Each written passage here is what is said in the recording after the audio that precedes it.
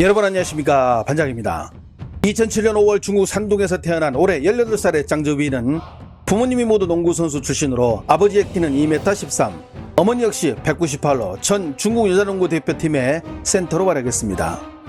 장저위는 5살 때 농구장에서 아버지가 경기하는 모습을 보고 농구에 흥미를 느낀 후 8살 때부터 정식으로 농구를 배우기 시작합니다. 당시 키가 160이었던 장저위는 초등학교 6학년 때 이미 키가 2m 10까지 성장, 거의 먹는 게 다 키로 같다고 해도 과언이 아닐 만큼 진격의 거인과 같은 엄청난 성장 속도를 보여주게 됩니다. 그리고 2021년 14살 장저위의 키는 무럭무럭 자라 2m 26이 되며 중국 농구의 레전드인 야오밍의 신장과 같아져 중국에서는 여자 야오밍으로 불리며 관심을 받게 됩니다. 특히 그해 U15 전국 여자농구대회 결승전에 출전한 장저위는 단 26분 출전했는데 42득점에 25리바운드, 6개의 블로킹을 기록하며 자신이 속한 산둥시왕 팀에게 우승을 안기게 되며 이런 활약에 힘입어 대회 MVP로 선정되어 수훈 선수 인터뷰를 하게 되는데요. 比赛当中有很多自己的不足，在这次比赛当中也能找到自己的不足，回去更加努力训练吧。自我感觉还可以，但是还是不够好，还得继续努力。这个是我们大家一起努力得来的，没有大家也就没有这个奖。我打算肯定是要多加努力训练，然后提高自己的技术和力量和自己的灵活性吧。 2m 26으로 야오밍과 키가 같은 장저위, 농구 골대의 정식 높이는 3m 5.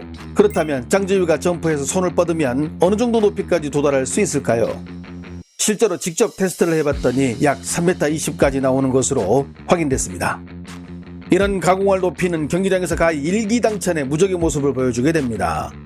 2022년 8월 열린 U15 전국 여자농구대회 결승전에 진출한 장저위의 산둥팀이 상주팀과 경기를 펼치게 되는데요. 파란색 유니폼의 산둥팀은 하얀색 유니폼의 상주팀에게 4쿼터 초반까지 65대 59로 계속 끌려가게 되는데 이때부터 장저위의 말도 안 되는 원맨쇼 활약이 시작됩니다.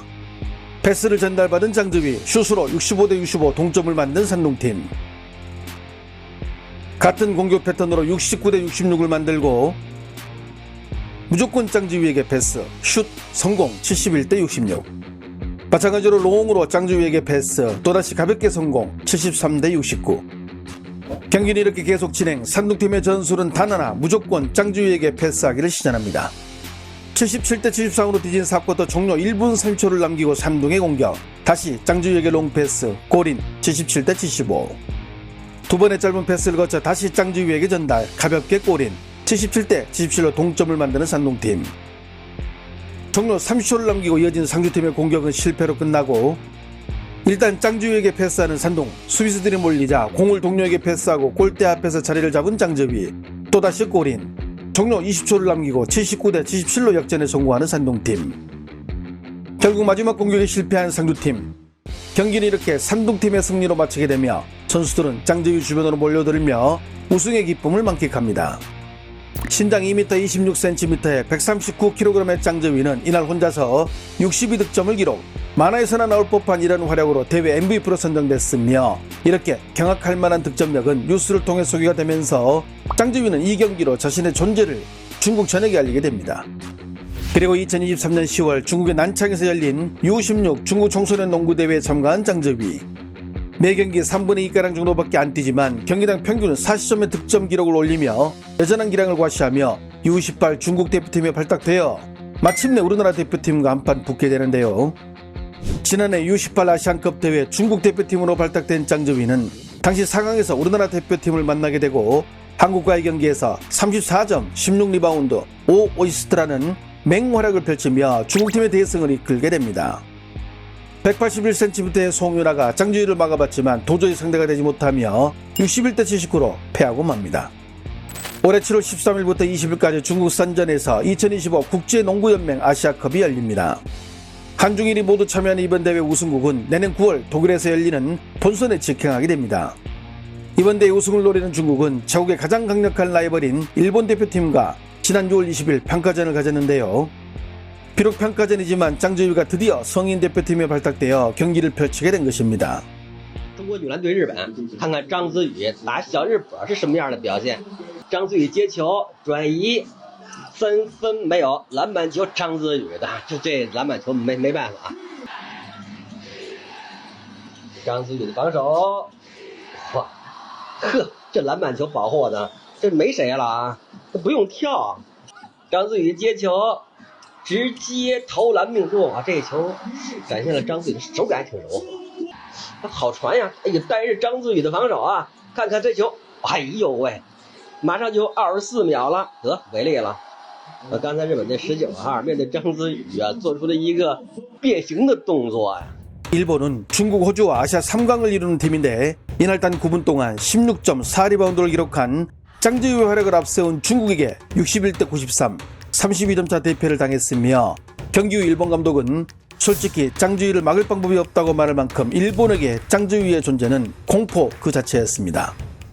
이렇게 타 팀에게는 짱지우 하나라도 버거운데 중국팀은 또 다른 거인 센터의 합류를 앞두고 있는데요.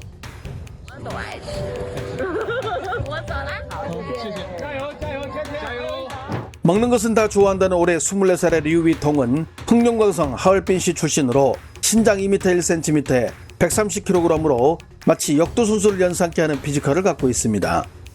학창시절 공부가 싫어 농구를 선택한 것이 농구와 인연을 맺게 된 계기가 됐지만 사실 류위통은 농구 집안에서 태어났다고 해도 과언이 아닙니다.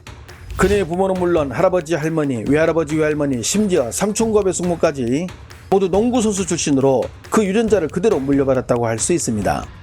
130kg의 육중한 몸을 갖고 있어 행동이 느리다고 생각하겠지만 류위통은 의외로 잘 지치지 않고 리바운드 능력이 탁월하며 특히 과감한 몸싸움으로 골 및 장악 능력에 탁월한 장점을 갖고 있는 선수입니다. 상대가 혼자 수비하면 식은 죽 먹기로 돌파하고 두 명이 달라붙어 가로막아도 골 밑에서 가볍게 슛을 성공시킵니다. 심지어 3명이 붙어도 류위통을 막아낼 재간이 없습니다. 특히 130kg의 거대한 체구는 몸싸움에서 발군의 기량을 발휘, 들러붙는 이들은 모두 나가떨어지고 마는데요. 옆에 붙었다 하면 튕겨져 나가버리는 상대 선수들이 치근하게 보일 정도입니다. 이런 선수가 골문 앞에서 서 있기만 해도 상대 선수들에게는 공포의 대상이 될 것이며 두세 명이 달라붙어 공을 뺏으려 해도 절대 뺏기지 않는 류위통은 적어도 몸싸움으로는 중국 내에서는 적수가 없다는 평가를 받아 여자 샤킬 오닐이라는 닉네임을 갖고 있습니다.